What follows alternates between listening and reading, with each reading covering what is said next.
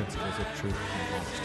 We believe in providing a quality product, quality service, and most importantly, competitive pricing. We provide all forms of precious metals, including American gold, silver, platinum, and rare investment and circulating coins. Silver bars, rounds, and 90% silver bags are on hand for the silver investor. Gold, self-directed IRAs are available. Call Discount Gold and Silver Trading at 1-800-375-4188. Toll free, that's 1-800-375-4188.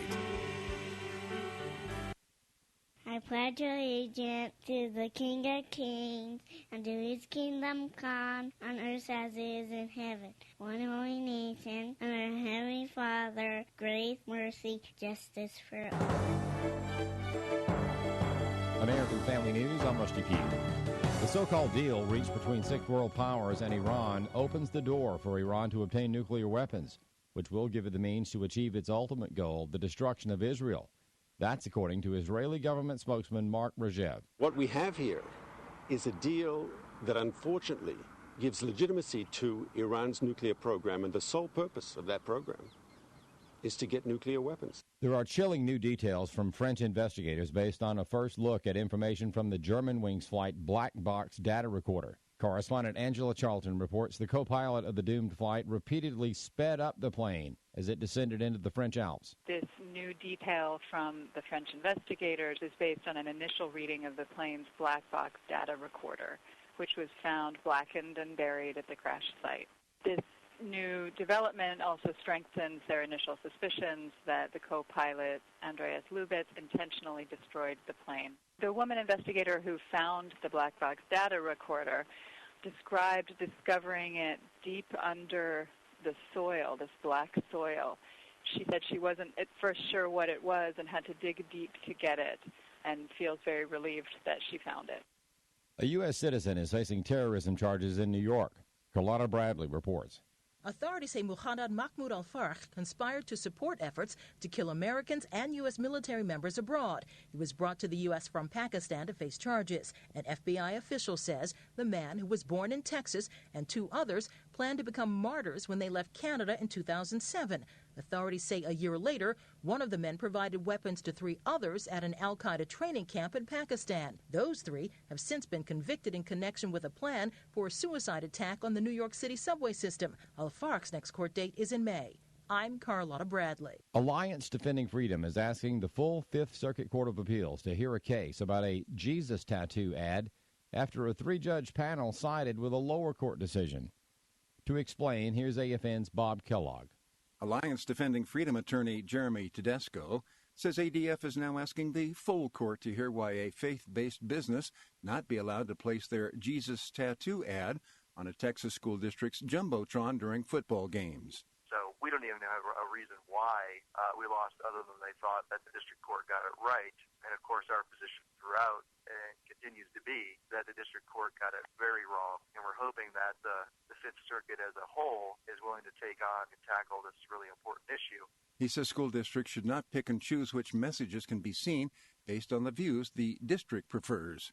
And the only reason the district prohibited the ad was because of the religious nature of the message. And it was the specific religious nature as well, because the school district allows other religious organizations and speech into the forum. They even solicit churches to place advertisements on the jumbotron. The JesusTattoo.org ad shows a picture of Jesus tattooed with words symbolizing the sins and the struggles he bore on the cross for sinners. I'm Bob Kellogg. It's going to take a while for crews to clear up the mess in Cincinnati's Queensgate neighborhood today. Thursday night, at least 6 cars of a CSX train derailed from an elevated track. No injuries were reported, and police say the derailed cars did not contain any hazardous materials. Police say cranes will be needed to remove the train cars, and they estimate that could take a day or more. A drug-resistant stomach bug is spreading in the U.S. Outbreaks of Shigella are not out of the ordinary, but this strain is resistant to the antibiotic most commonly prescribed for adults. The Centers for Disease Control and Prevention says there have been more than 200 cases since last May. The most recent cases were in Massachusetts, Pennsylvania, and California.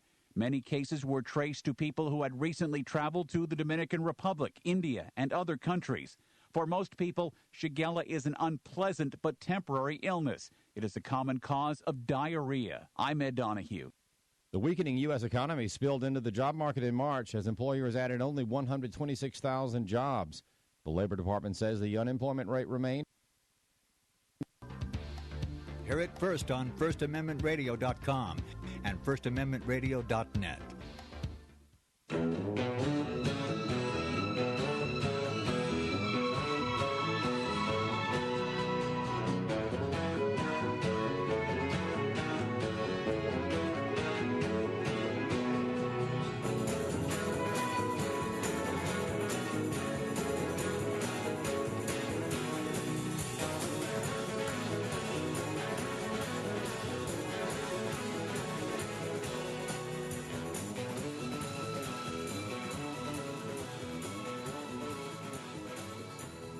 Okay, welcome back to the Investigative Journal on this April 3rd, Friday, 2015 day on our calendar. I'm your host, Greg Anthony, and you're listening to FirstAmendmentRadio.com, and you can catch my show every Monday through Friday at 6 p.m. to 7 p.m.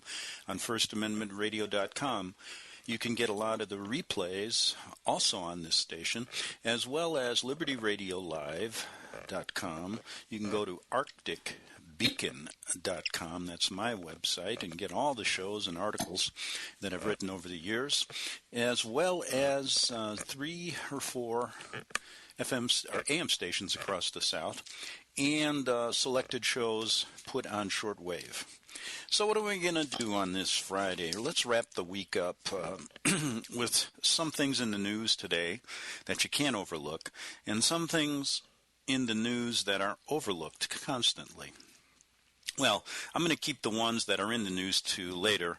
And the big one here in California, of course, is Governor Jerry Brown coming out and telling everybody that we're running out of water. Well, Jerry, you didn't have to tell me that. I mean, it hasn't rained here since the last time. It's been about what? Good. Rains about once or twice a year now. But anyway, I'm sure we're going to, that's a great statement, Jerry. But anyway, there's a big story behind that I'll get into later. But let's go back to a conversation I had last night. And this piggybacks on a show I did yesterday regarding the Flat Earth Foundation and people that believe the Earth is flat. And I found this interesting because there's actually a society, and it's made up of about 500 people across the country. Not a big society, but nonetheless, they have formed a group who believe this. Now, you might think that these people are a little bit crazy, or I'm even a bit crazy about talking about it, but I don't really think so. I really think that there are certain little things that you must think about with this theory, and the only thing I say is I don't know. All I know is when I look out, I've always lived on a flat surface. Okay, there's going to be mountains and hills and things like that, but if you look at the horizon, it always looks about eye level. And so my thinking is, okay, let's say it's flat, let's say it's round, let's say we're traveling at 64,000 miles right now and I'm standing still, let's say the Earth doesn't move at all, and there's a big dome over our head. Is it really going to change my life? Not really.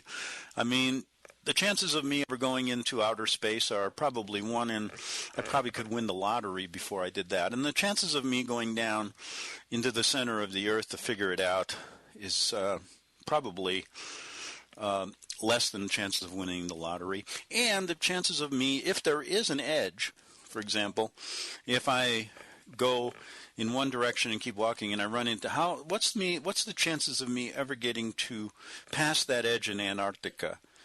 As an example, probably I could win the lottery, or I get hit by lightning before I did that. So is it going to really change the way I live? No. But what does it do? It tests your belief system. And it really does, because the point that they make, which I like this point, is that how do you know? And how do you know the Earth is round? And the reason you know is because you trust other people and basically NASA telling you that. Now, I grew up during the moon landing period in the world when I was about we went up into the moon in the 60s sometimes. So I was in my teens or 10, 11 years old, and I believed that we went to the moon, and I held that belief for a long time because I was told that, but I had no idea. I just relied on what they told me. But then when I started doing research as a journalist, that to me became the ultimate lie told by the government so far. Outside of 9/11 and all the other things as a journalist, look, I grew up skeptical. So I grew up when I was young not believing a word the government said. So it was natural for me to fall into these things. So along the way, the biggest lies that I've ever been told became the moon landing when I researched it and relied on many researchers who provided evidence showing that we never went there. And that evidence probably was stronger than the evidence that the government gave us that we went there. So anyway, when this story came across my desk here, and I heard about people, first of all, I know a number of Christians who subscribe to the theory that the earth is stationary as the Bible says it, and the sun and the moon revolve around it, and we're stationary, and we're not moving at 64,000 miles an hour, and the firmament idea, which really is a dome, right, is their belief system. And, of course, they're relying on faith, and people that think they're crazy, okay, who are they relying on? They're relying on less than faith because all they're relying on is a hearsay of what they've been told by their government officials or by their religious leaders who have had to succumb to this idea because they would lose too many constituents if, your pastor on a Sunday says, the earth is flat. Pretty soon you're not going to have as much change going into into his little basket that they pass around halfway through their service. So anyway, the value of this story to me is how much will you believe or disbelieve, and how far will you go, and what is your tolerance towards ideas that basically come up against your belief system. Now, I've seen it time and time again. For example, I've spent a lot of time doing the Tony Alamo ministry story and showing that he was framed and he's spending 175 years in jail because he criticized the Vatican for over 40 years, one of the main reasons, and he had a successful ministry who was preaching basically that the Vatican was the Antichrist. Okay? And because he was successful, I've shown that despite all the media outlets and all the people that have come out against him, even Matt Damon, I checked the blog, he doesn't know who Tony Alamo is. He relied on the media reports, and he said, good, glad that guy's in jail. So against all odds, I took on this story and found out, after talking to numerous people at their ministry and etc., and doing a lot of research, that the facts really bear out what they say, and that he was framed. And after talking to a number of FBI undercover agents who said the same thing, who recanted, who gave even their names of their superiors who told them to frame him, people still don't believe it because they believe what they read in the big newspapers, and what they read in the big CNN. The bigger you get, the more you believe it, even though they lie to you. Because I said a long time ago that although a lot of people will listen, when you start breaking down the barriers of Christianity and Catholicism, when you start breaking down the barriers of the government lying to you about 9/11, I found a lot of people are starting to really understand that it's a factual situation and don't believe these people. And the barriers, though, are still difficult to break down, and I would say most people in America will either say, if I don't believe them, I just throw up my hands and forget about it because I can't do anything anyway. And then there's a whole group of people, and I think majority of them, who basically just fall hook, line, and sinker with the authorities and what they say, including NASA and all the other things, because it's easy. And it's comfortable to be deceived.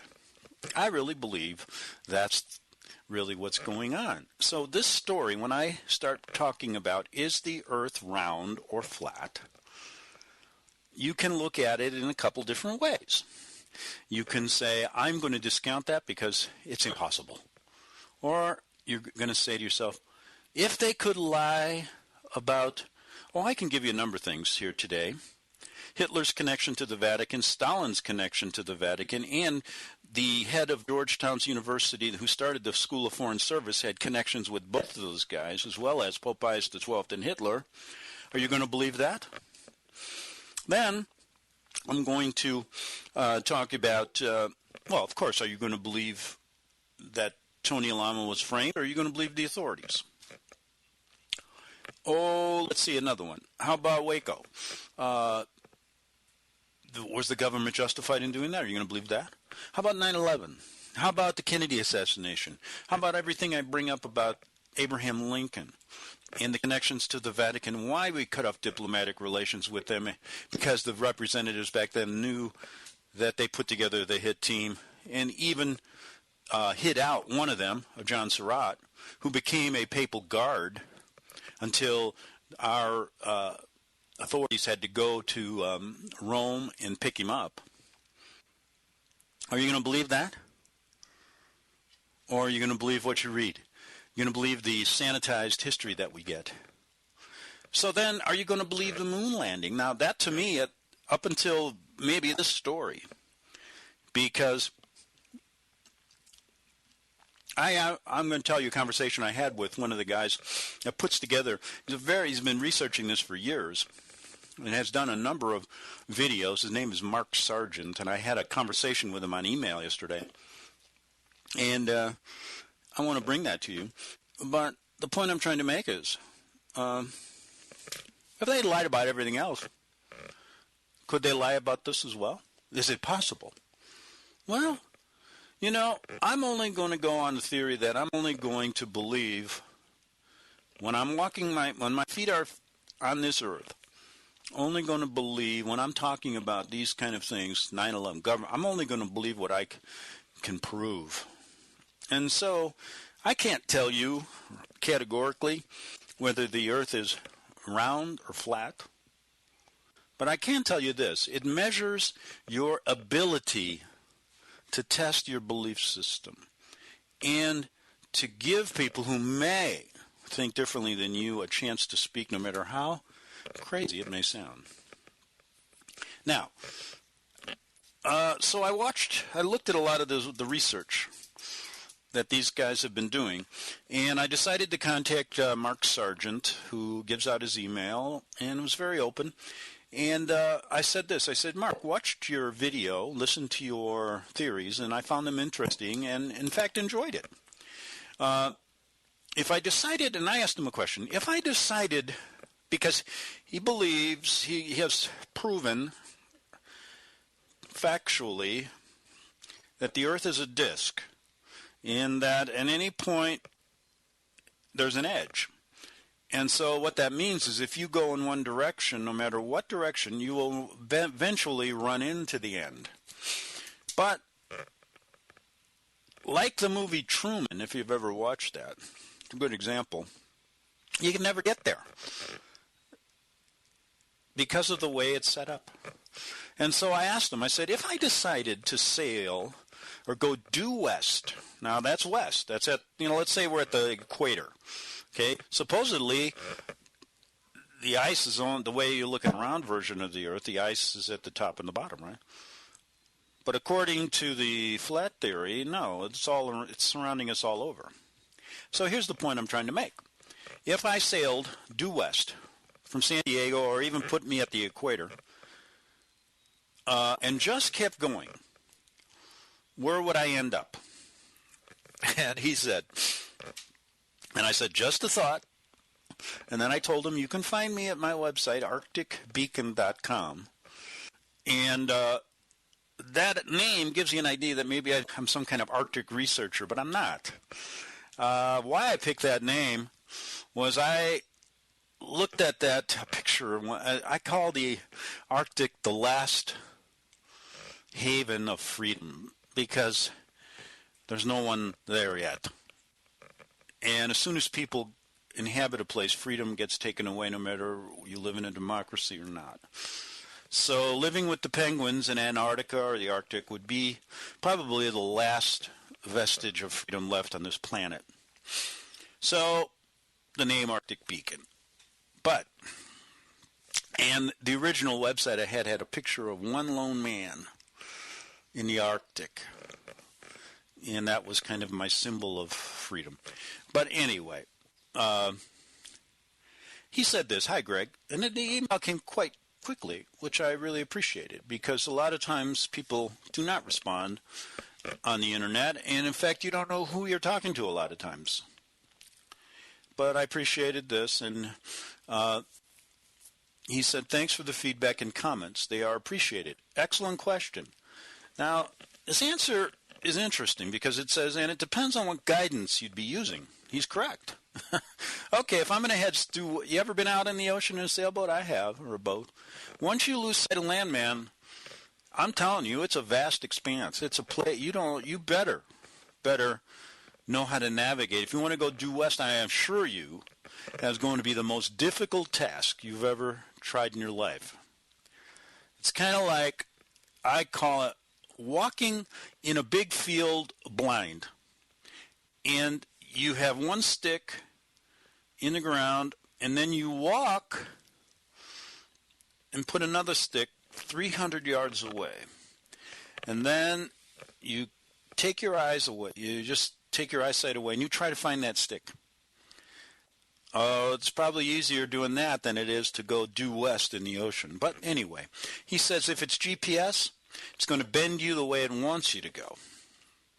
Go by the stars, and you may end up somewhere else. Good point.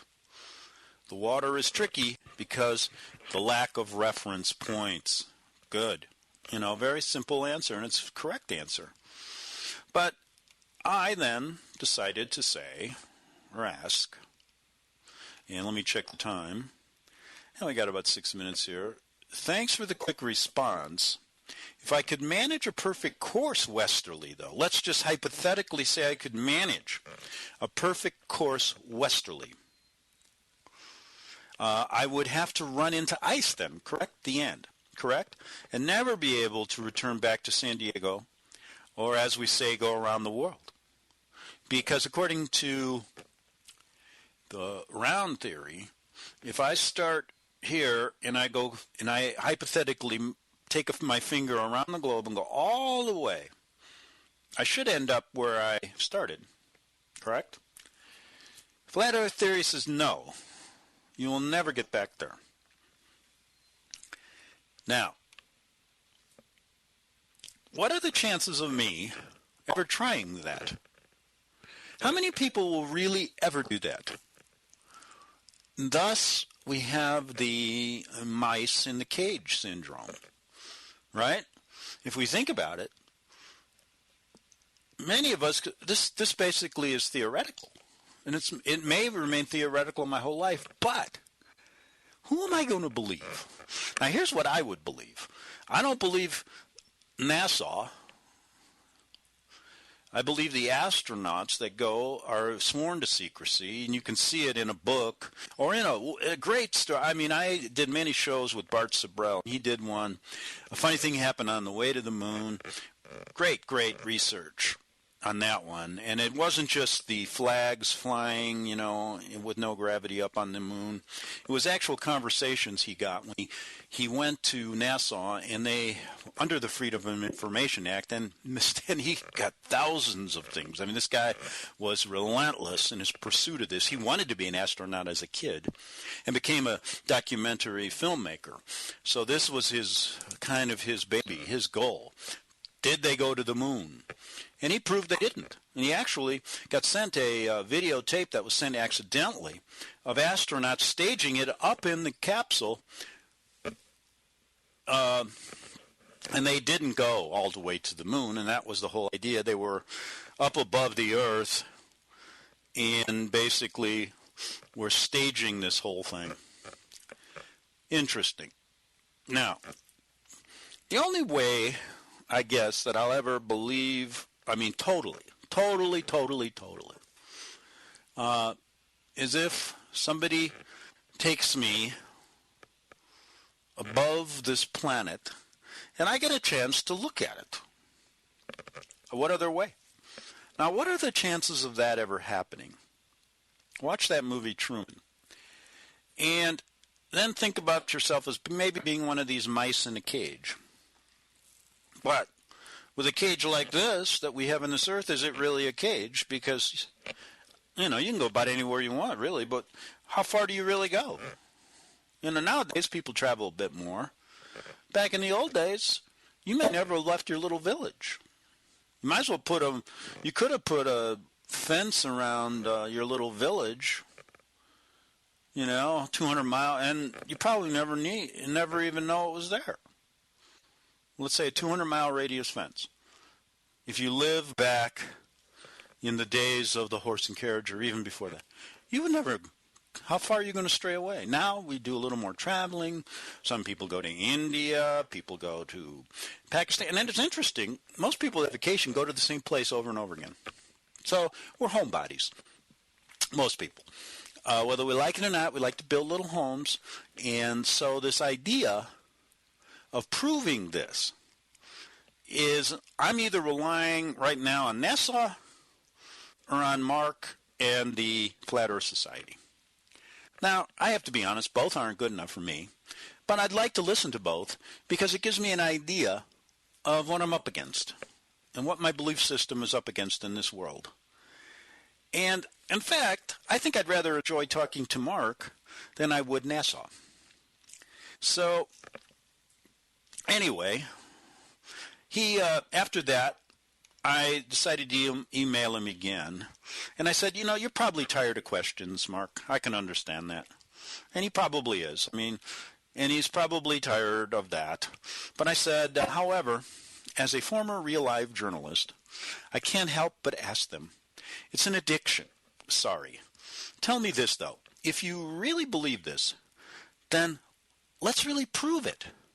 Or is this another distraction? And God knows, I know how the media can work sometimes, the alternative media, to distract you. They put in people who are actually working with the government to take you off and, do they want me to think about this the rest of my life and forget about the Jesuits? Oh, they probably would be happy. That ain't going to happen. But, because I'm a multitasker. I can think of two things at once. There you go. But anyway, just like George Carlin said, you're a modern man, right? You can do 3 things at once, 4 things at once, and never even think twice about it. But, so I said, are you just another distraction? There are ways to do that. Get to the truth, I said. If you are ready to really prove it, man, I will do a radio show with you. And I'm in a period right now where I don't do many guests. I used to do guests all the time. But anyway, he sent me back an answer. And guess what? I am going to read you that answer after the break, which gives you a good reason to come back, right? Because you want to hear what Mark has to say. And I might add, he's one of these kind of guys. He was very blunt. I was listening to a radio show he did, and somebody asked him, how did you get interested in this? And he was very candid. He said, I was bored. I had tackled every other conspiracy theory known to man, found out the government are lying, you-know-what. And I guess I had exhausted myself, and I was bored, and I ran into this story. And he said very bluntly, I ran into it not believing a word of it. And that showed me he had a slightly good open mind. So, anyway, we're going to come back with Mark's response about me asking him whether he was a distraction put there to distract people from really what's going on in the world, or whether he really believed this. We'll be back in 3 minutes on the Investigative Journal. Hear it first on FirstAmendmentRadio.com and FirstAmendmentRadio.net.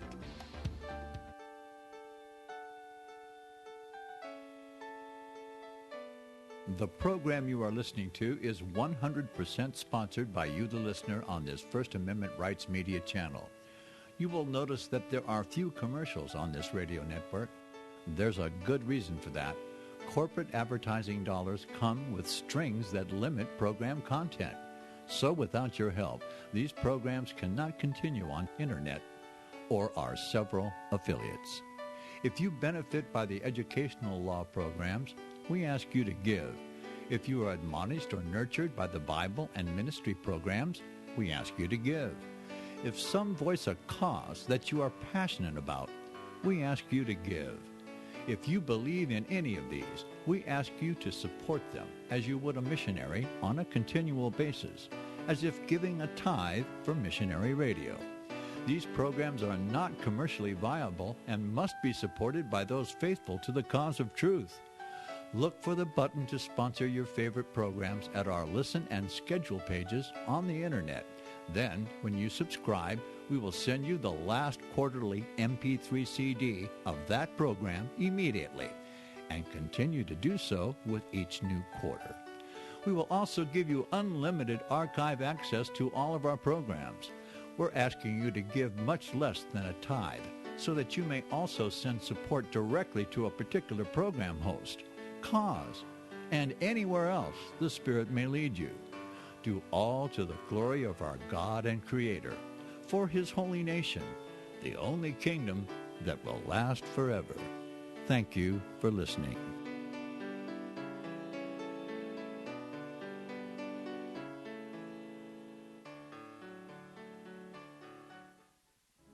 Since the beginning of time, kings have sought it, nations have fought for it.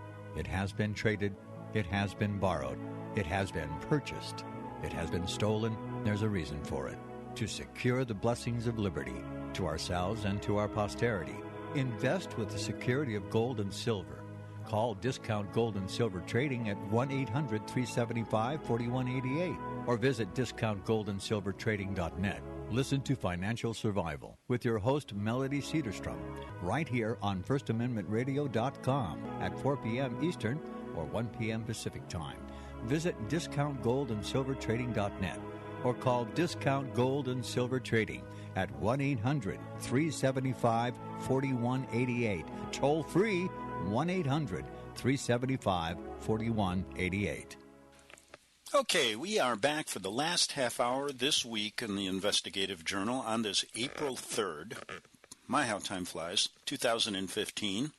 And the way time is flying, boy, I'll tell you, I've eaten up a lot of years on this planet. I don't have much left, so maybe I can one day be taken up and see really if the Earth is round or flat. I would love that. But anyway, here's where we're at. So I'm talking to Mark Sargent, who is a proponent of the flat Earth theory. He's done a lot of research on it. And I asked him, hey, do you really believe this? And if you're ready to prove it and you're not a distraction, then let's do a radio show. So I was thinking, well, maybe I was a little bit hard. He won't call me again or email, but he did. And he said, hey, Greg, I assure you it is not a distraction. I really do believe it. Wouldn't have cranked out all those videos in a month if I didn't. That's a good work. If you look at what he's done, came up with 10 clues about this theory, and a lot of it makes sense. So apparently, Mark has taken his belief system from not believing this to be possible to believing the people that have brought this evidence and what he has found as well to the forefront more than he believes NASA, who really are the proponents, and they're the ones that are giving you all the pictures and the hype about it. Now, NASA has one flaw, though, at least in my mind, and there's probably many, many more, but I believe that we went to the moon, and through researching, I don't believe that any longer, so they've lied to me, I think, I know. So I don't have it, I'm going to be a little bit more skeptical when it comes to them telling me anything else. But with Mark, he hasn't lied to me. He didn't make up anything in these emails telling me that, he met this rich guy, and they went up above, and they saw it was a, blah, blah, blah. It's just a disc. So he hasn't lied, so, I'm going to give him the benefit of the doubt, right? I assure you, he says, it's not a distraction. I really do believe it, and I wouldn't have cranked out all these videos in a month if I didn't. As far as trying to really prove it, he thinks there's only one way that can be done with any relative safety, and yes, it's using boats. Okay, so let's listen to his theory, and he knows more about this than me. And he said, I came up with it a few weeks ago. Take 2 cold weather boats. Okay, so these boats, I imagine that, I didn't ask him if they have to be icebreakers, but those are expensive propositions. But anyway, and if the azimuthal map, now, the one thing that's interesting about his theories and the theories of this flat earth are, you got to look at the map on the United Nations logo. Then you got to look at this azimuthal map, and you got to see it's amazing, and I can't explain it verbally. So go and look up the azimuthal map, the map on the United Nations. Even go to one of his clues, which deals with this, which is I find quite interesting. And it's a clock face map that has the continents in the middle, and then surrounded by oceans, kind of like a disc. Then, okay, so he says, take 2 cold water boats. All right. If the azimuthal map attached, he's attached it so I get a chance to look at it, then start them facing each other at a point that you call the 6 o'clock position. Okay, I'm going to ask him to draw this for me because I have problems I'm trying to figure this out. The boats have GPS, of course, but have visual distance of the shore. Binoculars would work fine. One boat goes clockwise, the other boat goes counterclockwise. If the Antarctic coastline is just a bit bigger than they say, Australia, okay, then the boats would meet each other maybe in a week or later. But if the coastline is much larger, then the boats would never meet. In fact, you could just give up after 2 weeks. That should be enough to prove it. Or if you go for broke and see if the ships meet, if the map is right, then it would be over a month. Wow. Now he knows a lot more about this. Sounds interesting. Okay. And I said to him, and now I'm looking at this azimuthal map, and I still am a little bit confused because, like I said, I need him to draw me a picture where the boats are going to leave and all this kind of stuff. But I said this to him, and this was our last communication, and I hope to talk to him again about it. I like that idea, I said, but very expensive boats needed. I've sailed and know what you mean once you leave land. Vast expanse, easy to get lost. My first reaction is to find a landmass closest to the end, if you look at that map, so to speak, and look for it with aircraft assistance and refueling. But how feasible? I see your point. I see what you mean by the Truman Show. The military operation is needed. Let me think a bit more about this, but the idea you gave needs to be mapped with approximate funds needed, and then through radio shows we can get the funds by selling the idea. I'm thinking here ahead, right? There has to be a few bored rich people in your society. I'm not sure if he's a member, but I'm just assuming, out there who would like to prove NASA wrong, and let me know what you think. There's got to, the only way to get to this, we got to find some rich people who really don't believe NASA and who don't work for them that are going to sabotage the program. That's not going to be easy. But really, wouldn't it be nice? And, look at all the money that's wasted in government. Would this be a waste? Well, no. I believe they waste it to cover up the truth. This is an attempt using some rich man's money. Instead of building a golf course, and wasting water, why not spend money to prove this theory? And I'm talking naively now, let's go to the top. There's supposedly a dome up there. And look down, see if we could get a view. And getting to the bottom, according to these theorists, the deepest we've ever dug with a drill bit is 8 miles down, and the Earth is much, much deep. And I said, well, in the flat Earth theory, how deep is it? And it goes way, way down, even in the disk theory. So doubt if we could get down there. But this idea with the boats, that's an interesting one. And let's see if we can find some rich guy to fund it. And then let's maybe talk about this a bit more. Okay, that's enough with the flat Earth theory. I got a couple things here I want to talk about. I mentioned Tony Alamo. Just for your information, I'm doing a screenplay on this story for a good reason, because I want to show the hypocrisy of the Vatican. I want to show the hypocrisy of our government. I want to show the double standard being used against people who profess to be Christians and have a successful ministry. And I want to show the treatment that this man got, as well as showing you how the Vatican is given the benefit of the doubt. And I've showed many shows on the money they get, the cover-ups, etc. So that's going along smoothly. Now, there's a story on my website, quite interesting. I've touched on this many times, and I'd like to go to it now. And that is, let me see if I can find it here. The U.S. allowed Hitler to escape and live like a king in Argentina. Now, it's finally coming out. You know, it never made sense to me that Hitler and his little girlfriend, Eva Braun, killed themselves.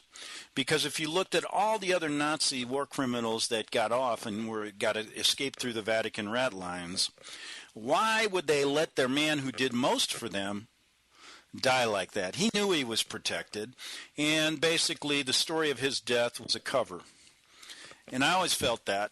And I tried to show many, many times the connection, the key connection here, and relating this to Stalin as well. And we connected the dots of Father Edmund Walsh, who is the founder of the School of Foreign Service. He's dead now, Walsh, at Georgetown, where most of our diplomats are still trained. And I showed how he was a CIA operative, brokered a deal with Stalin using Western money, and how he was in China. I mean, this guy was all over the place. Iraq during a certain period of time in the 30s, connections to the Hitler deal, and Father and the Pope Pius XII's connections with Hitler, as well as Stalin. And in fact, I question this because if you go to Eisenhower's website, they dedicate a page to him still. And when you call Georgetown, they depict him as this, this saintly priest who, with the glory of God, created this School of Foreign Service to help freedom in America. What a crock. But anyway, I tried to show that. Now, when we looked at the Vatican rat lines, of course, much of the top level guys that get out to Brazil, that get out to South America, were funneled through the Vatican and given passports and new identities, living in America. And there's a place up in Idaho where a number of them live that I researched and went and even saw some of their mansions to some of these ex-Nazis. And it's interesting. But anyway, so somebody sent me a whole bunch of stuff on the latest on Hitler, and there's a FBI Bureau report that's now made public. There's a lot of these black lines they put in it. They always leave out the good stuff, but it shows you they realized, even in September 21, 1945, they had documentation that Hitler was being transported and was seen in Argentina. Okay? So if we were really serious about getting him, we could have. So we know that they allowed him to escape with Vatican connections. And this report you can get on my website. Go to arcticbeacon.com and click on the story. It says U.S. aided and Vatican aided Hitler's escape. He never died. Well, he did die, but he didn't die the way they say he did. He lived to be a very, very old man and protected, living in a mansion. And some of the little facts are interesting. So read that. And then it goes down, and there's a few stories. Now, there's a group called the Shark Hunters, and they presented a new book out in January, about a year ago, which talked about Hitler and Argentina. Okay, and it's called The Documented Truth About Hitler's Escape from Berlin. And we're going to get back to that one, but I want to go to another one that was sent to me. And this is a report by Jeffrey Greider on January 15th, about a year ago, saying new book claims Vatican aided Hitler's escape to Argentina. And there's a recommended reading he gives you, 13 similarities between Obama and Hitler, and that would be a good one.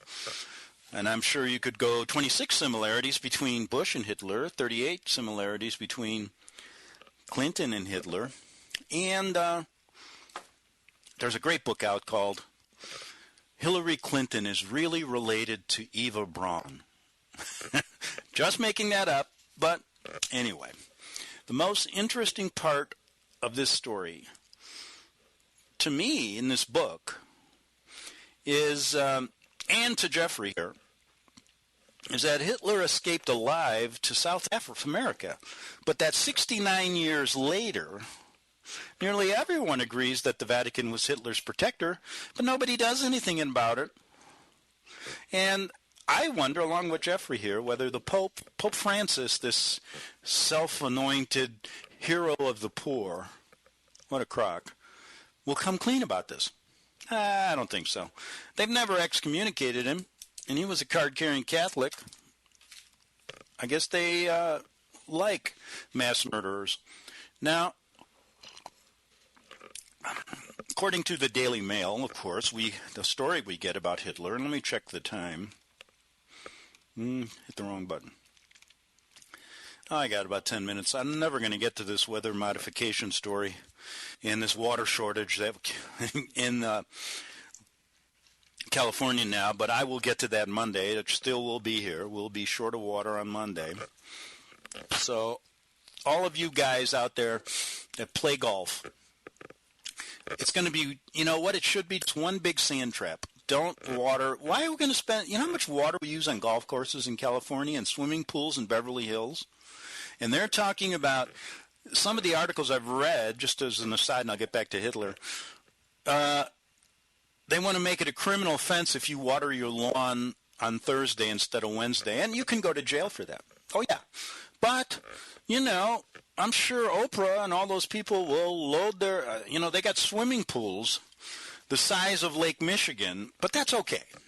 And I'm sure their gardener will take very good care of all their plants. And, God, do you really think they'd put Oprah Winfrey in jail for watering her lawn on Thursday instead of Wednesday? Or doing it Wednesday and Thursday? No, but they'll do it to some poor waitress, who may have forgot the day because she worked so hard.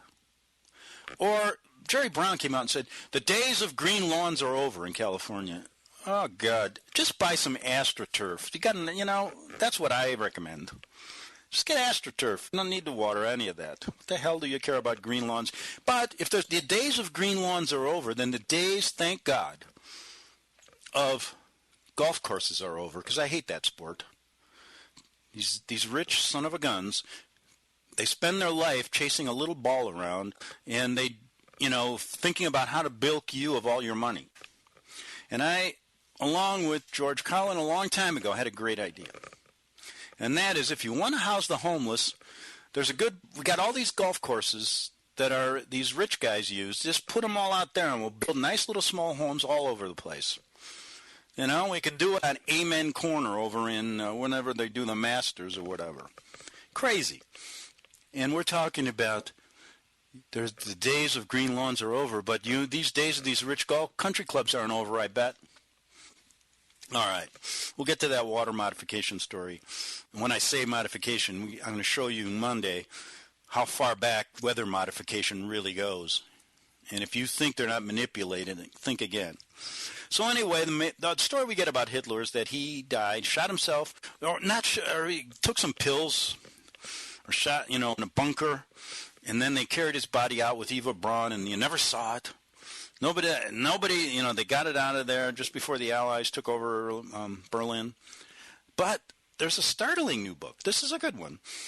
Claims that Hitler actually escaped his hideout and actually died incognito in 1984 in a small town near Brazil's border with Bolivia. And it can be proved. They got pictures of him. Looks kind of like him. In this picture, it's kind of grainy. Looks like Popeye the Sailor Man. But not only that, but the author believes that the Fuhrer fled to Argentina, then Paraguay, before settling in the Brazilian state of Mato Grosso to hunt for buried treasure. Interesting. With a map given to him by Vatican allies, according to its author. As part of this elaborate ruse to escape detection, he also had a relationship with a black woman called Kutinga, which was meant to prove that he could not be the dictator who hated anyone who did not fit his Aryan ideal. The book claims. Good ruse. Postgraduate student Simone Renee Guerra Diaz has outlined her story, claiming the fascist dictator actually died at age 95. The book, entitled Hitler in Brazil, His Life and Death, challenges the accepted view that the dictator killed himself in the Berlin bunker on April 30th, 1945. Okay. Now, she claims he may have lived as Adolf Leipzig in the small town of Nossa Senhora de Livramento, 30 miles from the state capital, Cuba. Simone, a Brazilian who comes from Cuba, says. Okay, so Leipzig was known locally as the Old German. Simone is now planning to use DNA tests using a relative of Hitler living in Israel after being given permission to exhume Leipzig's remains from his alleged final resting place in Nossa Senhora de Livramento. Well, that I don't know. I mean, knowing the Vatican and Jesuits, they had to take his bones back to the Vatican. They like to worship this kind of stuff. So I don't know if he's really there. But it would be a good test, I guess. The journalism student is linked, and getting it out of the bag like that, they're going to dig that up. So that when she goes down there, she'll find somebody else, and then they'll say, oh, look, she didn't know what she was talking about. But the journalism student has linked the Fuhrer's alleged arrival in the area to a Vatican offer. Now, this sounds like something they do, of ownership rights of buried treasure, Jesuit treasure, in a cave near his adopted home. And, they like to take care of the people that have done their dirty work for them, so maybe this is true. She says her suspicions about Leipzig increased after she photoshopped the mustache onto the grainy picture she obtained of him and compared it to the photos of the Nazi leader. According to Simone, an unidentified Polish nun recognized an elderly man to have an operation at a hospital in Cuba in the early 80s as Hitler and demanded he leave, but was reprimanded by a superior who claimed he was there on Vatican orders. Tens of thousands they protected him from day one. Tens of thousands of Nazis, we know, escaped the war, including the notorious Adolf Eichmann, Joseph Mengele. Now, investigators probing Hitler's demise were hampered by a lack of any physical evidence for his death. Exactly.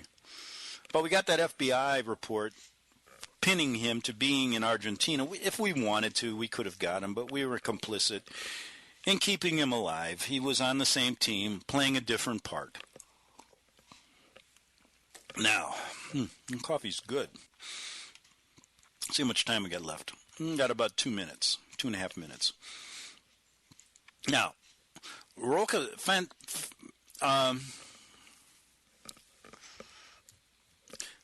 fanatists were giving added ammunition. He didn't die in his Berlin bunker when 2009 DNA tests on skull fragments found near the bunker and believed to be his turned out to belong to a woman. Rokas Misch, a former bodyguard of Hitler, who has been named as the last man to see the Fuhrer alive during his final hours in Germany, died last September, aged 96. Misch, who lived with Hitler and his mistress in their underground refuge as the Allies closed in, told before his death he saw Hitler slumped with his head on the table after hearing a gunshot behind his closed door. That's what you're told. Okay, so go get that book by this postgraduate journalist student. And the question becomes, who you can believe? And, again, it boils down to, I don't really trust anything they do in the Vatican. They've lied so many times, so I'm going to give her the benefit of the doubt. Wouldn't you? All right. Now, this Shark Hunters book, quite interesting. Hitler in Argentina, go get that one, and you're going to get a lot more information. They got a lot of more pictures here, and a lot of real solid and good evidence showing the boat that he escaped on, where he landed, the FBI knowing he was there, the mountaintop where he began his new life as the old German, and apparently Argentina was one stop, Panama another, and then, of course, some people say it ended up in Brazil and died at the age in his 90s. So that could be another good book to get on Adolf Hitler and what happened afterwards. So you got a couple books, plus that FBI report, which is really interesting, which really shows that we knew what was going on and let him escape, along with many, many others. Mengele spent time here, Eichmann, and not to mention, and I'll end the show with our good old friend, Father Edmund Walsh from Georgetown, who actually was given the job to be the overseer and observer of the Nuremberg trials, and basically told the judges what to do. Now, why is he a priest given that responsibility? Well, he was there to cover up a Vatican complicity. Have a good weekend. See you Monday, and good night.